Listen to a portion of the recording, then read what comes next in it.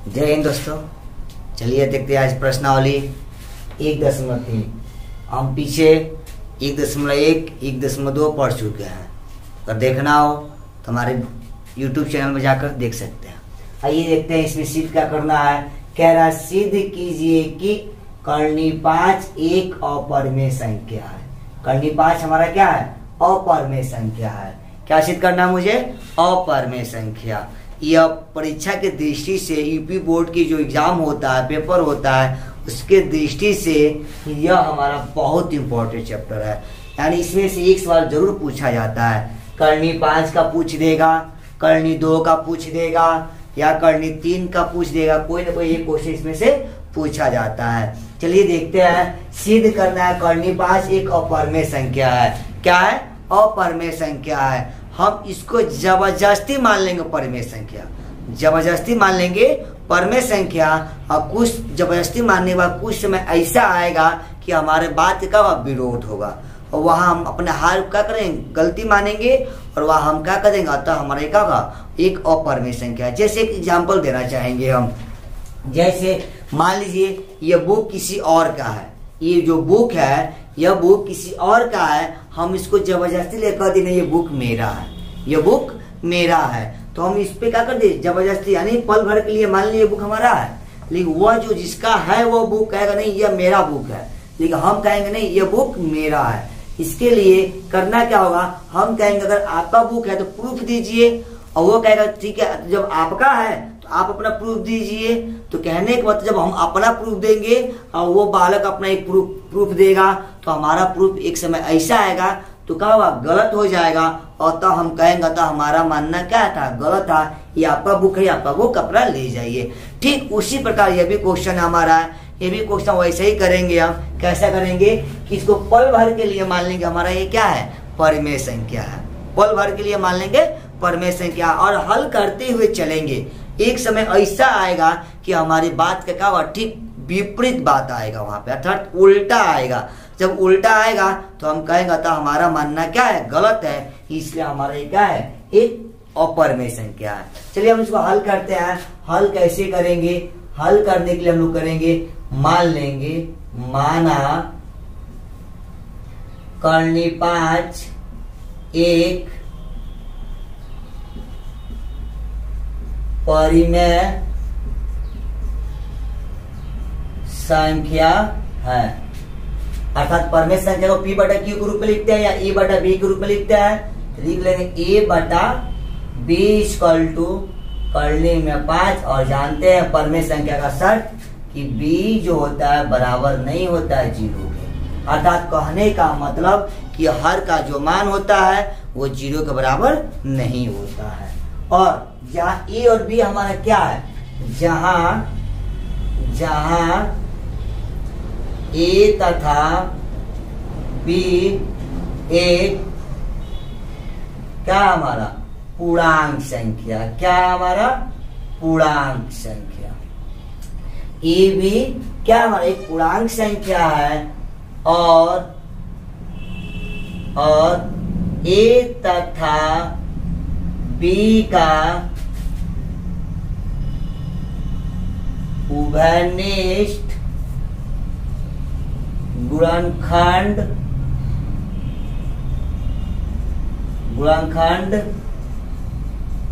केवल एक है। केवल क्या है? एक है।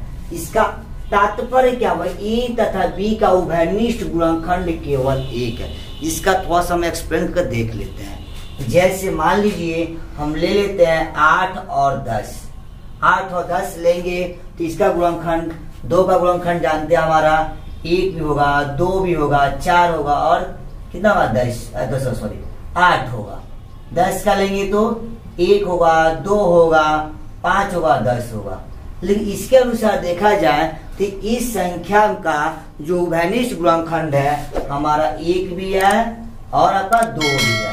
लेकिन यहाँ कह रहा है केवल एक हो, केवल एक। अर्थात कहने का मतलब इस रूप का नहीं होगा, इस रूप का नहीं। क्यों? क्योंकि इन दोनों का जो उभयनिष्ठ गुणनखंड है वह क्या है? 1 से अधिक है। 1 से क्या है? अधिक है। लेकिन यहाँ लिखा है केवल एक हो। क्या हो? केवल एक हो, इस रूप का कौन हो जाएगा? जैसे 3 हो गया 5 हो गया, तो देख रहे हैं 3 का गुणनखंड क्या होता है? 1 होता है, और हमारा क्या होता है? 3 होता है। 5 का देखेंगे तो 1 होता है और 5 होता है, तो इन दोनों में उभयनिष्ठ गुणनखंड कितना? 1 है। अर्थात कहने का मतलब 3 और 5 का गुणनखंड केवल क्या है? 1 है। देख रहे इसमें 1 है, बाकी कोई अंक मिलने वाला नहीं है इसमें, तो इसका मतलब इस रूप का यह होना चाहिए। किस रूप का होना चाहिए? इस रूप का होना चाहिए। अर्थात ऐसी दो पूर्णांक संख्या लिया जाए जिनका उभयनिष्ठ जो गुणनखंड हो केवल 1 हो, 1 के सिवा और कोई ना हो, ये शर्त वही कहता है। समझ में आ गया? आगे चलते हैं हम लोग, देखते हैं आगे देखते इस बार क्या कर लेंगे हम लोग। अब हम लोग लिखेंगे पूर्णांक संख्या हो गया जहां उभयनिष्ठ गुणनखंड केवल 1 हो गया। अब उसके बाद हम करेंगे क्या? यहाँ क्रॉस मल्टीप्लिकेशन कर देंगे, तो a इक्वल टू क्या हो जाएगा? करनी 5b हो जाएगा। गुणा कर देंगे, करनी 5b हो जाएगा। अब जानते हैं कि करनी जो होता है, करनी तभी हटता है जब हम स्क्वायर करते हैं। क्या करते हैं? स्क्वायर करते हैं। अर्थात दोनों पक्षों का क्या करेंगे हम? दोनों पक्षों का वर्ग करने पर, क्या करने पर? वर्ग करने पर लिखा गया, कर देते हैं। तो a स्क्वायर जानते हैं वर्ग कर देंगे तो करनी का खत्म है, वर्ग से करनी का होता है खत्म हो जाता है, तो 5 हो जाएगा, b का स्क्वायर b हो जाएगा। समीकरण नंबर 1 मान लेंगे। क्या मान लेंगे? समीकरण नंबर 1। अब ये गुणा है तो इसका बट्टा में चला जाएगा, अर्थात हो जाएगा a स्क्वायर बट्टा 5 इक्वल टू क्या हो जाएगा? b square. अर्थात कहने का मतलब 5 से a स्क्वायर क्या है? विभाजित है। a स्क्वायर 5 से क्या है? विभाजित है। तो हमारा a भी क्या होगा? 5 से विभाजित होगा। थोड़ा एग्जांपल देखते हैं। जैसे मान लेते हैं 10 है, 10 का मान लेते a का मान कितना? 10। मान लेते हैं a का मान 10। a का मान कितना हो गया पर? 10 हो गया। देख लेते हैं 10 हो गया। अब इसका जब हम वर्ग करेंगे तो कितना मिलेगा? 100। यानी a का स्क्वायर का मान कितना हो गया? 100 हो गया। a का मान मान लेते 10, इसका वर्ग कर दिए तो 100 हो गया। तो 100 में हमारा 5 से 20 भाग जाएगा, 20 बाद में कटेगा, और यदि उसका वर्ग हटाने मतलब कितना? 10 ले ले, तो 10 में हमारा 5 से विभाजित होगा। कहने का तात्पर्य ये रहा कि जब a स्क्वायर में 5 से विभाजित है तो हमारा a भी 5 से विभाजित होगा। तो लिख सकते हैं हम, क्या लिखेंगे? लिखेंगे कि a स्क्वायर 5 से क्या है? विभाजित है। क्या है? विभाजित है। इसलिए a भी हमारा क्या होगा? 5 से क्या होगा? विभाजित होगा। समीकरण नंबर 2 मान लेंगे। अब हम चलेंगे क्या? अब हम चलेंगे a में क्या है? 5 से भाग लग जाएगा। इसका बाद चलेंगे कि अब देखेंगे ये करनी 5 है और फिर से यहाँ पर कास्टिंग निकल, कहने का मतलब a और 5 के बीच संबंध निकल गया हमारा। a और जो 5 था इसके संबंध निकल गया, और बच रहा है b और 5 के बीच संबंध देखा जाए, उसके लिए a को हटना पड़ेगा। तो a का स्थान पर मान लेंगे कि माना a बराबर क्या? कितना? करनी 5 है तो 5 को एक कांस्टेंट अपने पास से क्या मान लेंगे? कोई कांस्टेंट 5 है तो क्या करेंगे? 5 कोई कांस्टेंट अपने पास से के या जो भी समथिंग हो आप मान सकते हैं। अब चलिए, अब a का मान समीकरण नंबर किसमें रखेंगे? 1 में रख देंगे। 1 में रखने पर, किसमें? 1 में रखने पर। 1 कितना आपका? a square equal to 5b square. तो a का मान कितना रखना है मुझे? 5 के, इसका whole square equal to 5b square. अब हम करेंगे क्या? इसके बाद से देखते हैं हम लोग। अब उसके बाद हम चलेंगे कि यहां से 5 के स्क्वायर कितना जाएगा आपका? 25 के है तो के स्क्वायर कितना होगा? 25 के स्क्वायर इक्वल टू ये आपका हो गया 5b स्क्वायर। अब गुणा इसका बट्टा में चला जाएगा तो के स्क्वायर इक्वल टू 5 बटा 25b स्क्वायर। अर्थात ये 5 का 5 कर देगा, 5 बचे 25, अर्थात के इक्वल टू b स्क्वायर 5। अर्थात कहने का मतलब कि b स्क्वायर, अभी समझा इसका एग्जाम्पल लेकर 10 वाला ए से एग्जाम्पल समझा है, ठीक उसी प्रकार b स्क्वायर 5 से क्या है? विभाजित है। क्या है? विभाजित है। विभाजित, इसलिए आपका 5 भी सॉरी बी भी 5 से क्या होगा, 5 से विभाजित होगा। क्या होगा, विभाजित होगा। ये आपका समीकरण नंबर कितने मान लेंगे, 4 मान लेंगे, सॉरी 1 2 3 कर लेंगे। अब देख रहे हैं, क्या देख रहे हैं कि 5 से ए भी विभाजित है, 5 से बी भी विभाजित है। कहने का मतलब ए में 5 भाग लग जाएगा, बी से भी 5 भाग लग जाएगा। हम पढ़े गुणनखंड संख्या उसे कहते हैं जिस संख्या से क्या होता है, कटता हो वह संख्या उसका गुणनखंड कहलाता है। देख रहे हैं, जो ए है 5 से विभाजित है, यही 5 इस बी को विभाजित कर देता है। एग्जाम्पल थोड़ा देखते हैं, जैसे ये 10 हो गया, या आपका कितना 15 हो गया। इन दोनों का उभयनिष्ठ गुणनखंड क्या होता है, 5 होता है। क्यों, क्योंकि ये जो 5 है, 5 से आपका 10 भी विभाजित हो जाएगा, और इसी 5 से हमारे का 15 भी विभाजित हो जाएगा। कहने का मतलब ये रहा कि 10 में भी 5 भाग लगेगा और 15 में भी 5 भाग लगेगा। तो हम कह सकते हैं कि 10 और 15 का उभयनिष्ठ गुणनखंड क्या है, 5 है। तो हम लिख देंगे समीकरण नंबर 2 और 3 से। किससे, 2 और 3 से। क्या लिख सकते हैं 2 और 3 से, तो लिख सकते हैं हम 2 और 3 से कि 5 जो है ए तथा बी का गुणनखंड है। ए तथा बी का गुणनखंड क्या है, 5 है। क्या है, 5 है। अभी शर्त जो हमारा था, शर्त क्या था, ए तथा बी का उभयनिष्ठ गुणनखंड केवल 1 था। अभी माने थे कितना, केवल 1, लेकिन देख रहे एक और मिल गया आपका, 1 5।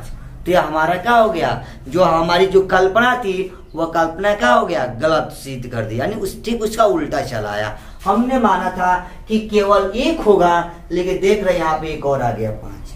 ए और तथा बी का उभयनिष्ठ गुणनखंड क्या हो गया, 5 हो गया। कहने का मतलब कि हमारी जो कल्पना थी वह कल्पना का ठीक आ गया, उल्टा चला गया। अतः हम लिखेंगे, क्या लिखेंगे, हमारी जो कल्पना, ये क्या है, हमारी कल्पना ही विरोधाभास है। लिख देंगे हमारी जो कल्पना है, कल्पना क्या माने थे, तो माने थे ए तथा बी का उभयनिष्ठ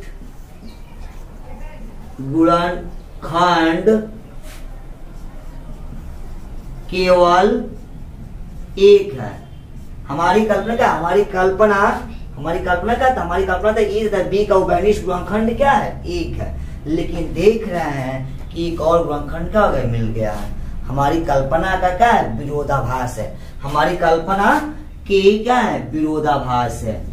विरोधाभास है, ठीक उसका क्या जा रहा है, ऑपोजिट चला जा रहा है, उल्टा चला जा रहा है। देखिए इसमें शॉर्ट में भी लिख दिया गया इस क्वेश्चन में कि हमारी कल्पना जो हम सोचे थे, उसका सोचे थे ए तथा बी का उभयनिष्ठ गुणनखंड केवल 1 है, लेकिन क्या है, विरोधाभास है। क्यों, क्योंकि देख रहे हैं ए तथा बी का उभयनिष्ठ गुणनखंड क्या हो गया, 5 हो गया। अतः हमारा मानना क्या गलत हो गया। अतः हम लिख देंगे अतः हमारी कल्पना क्या है, गलत है। क्या है, गलत है।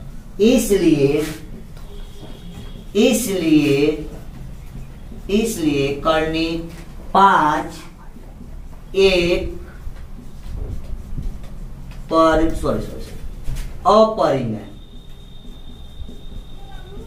अपरिमेय संख्या है। क्या हमारा कौन संख्या है, अपरिमेय संख्या है। क्या हमारा, अपरिमेय संख्या।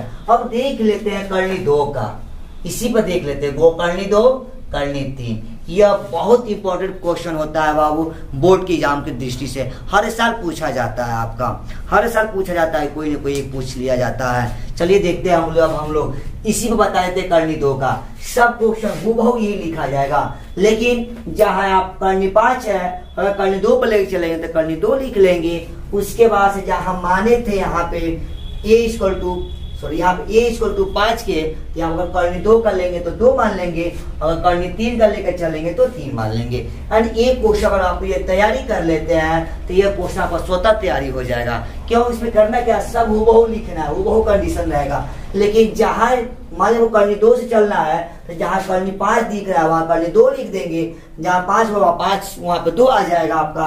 अब देखिए आप जो मानने की बात है, जहाँ 5 के माने थे तो वहाँ 2 के मान लेंगे। और वही कर्णी 3 पे चलेंगे तो कर्णी 3 यहाँ लेंगे, तो यहाँ वर्ग करेंगे तो जो मिलेगा कर्णी 3 का वर्ग 3 होता है। फिर यहाँ पे जो मानने वाला है वहाँ ए इक्वल टू मान लेंगे क्या, 3 के हो जाएगा। ठीक इसी प्रकार वो सवाल आपको लगेगा। तो इस क्वेश्चन को आप बनाने का ट्राई करिएगा, नहीं आएगा तो बताइएगा।